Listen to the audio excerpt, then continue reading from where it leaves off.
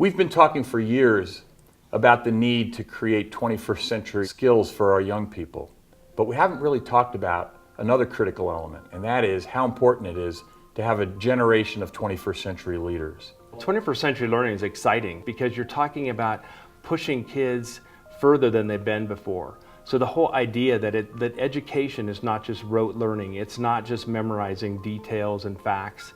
That's a part of education, is mastering the fundamental skills. But the excitement of 21st century learning is moving ahead in those different ways that we haven't thought of before. Adults have a lot of opinions about what children should learn, and we call that oftentimes standards in the way that we define curriculum.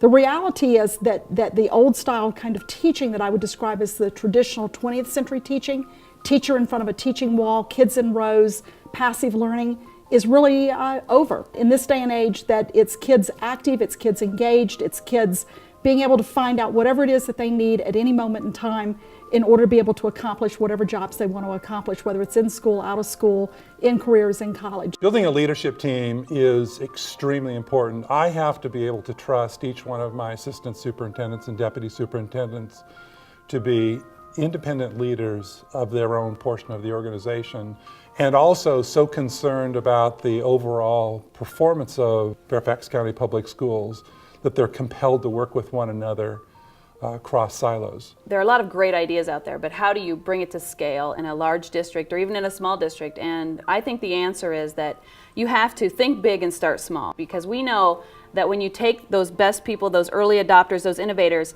and you put resources behind them, they will develop, they will exceed your expectations, and then from there it spreads by like wildfire. It just does. The leaders of today, and I believe the leaders of tomorrow, are faced with challenges, and those challenges really focus on those things that inhibit what we can do as a school division and inhibit the things that our classroom teachers can do on a day-to-day basis. And so now I think it's time for the courageous leaders to come forward. They've got to create the types of teams that look towards the future of collaboration and team decision-making and personal responsibility and technology and all those things that we've talked about to really drive down now. Not so much the opportunity for our kids to be proficient, but the opportunity for our kids to really be 21st century learners. The breakthroughs that we need to make in looking at 21st century skills is not looking at them in discrete units, but looking at them holistically and how well they're interconnected. What you want is leaders who think that way as well. You have to reconsider education that was created about 100 years ago during the Industrial Revolution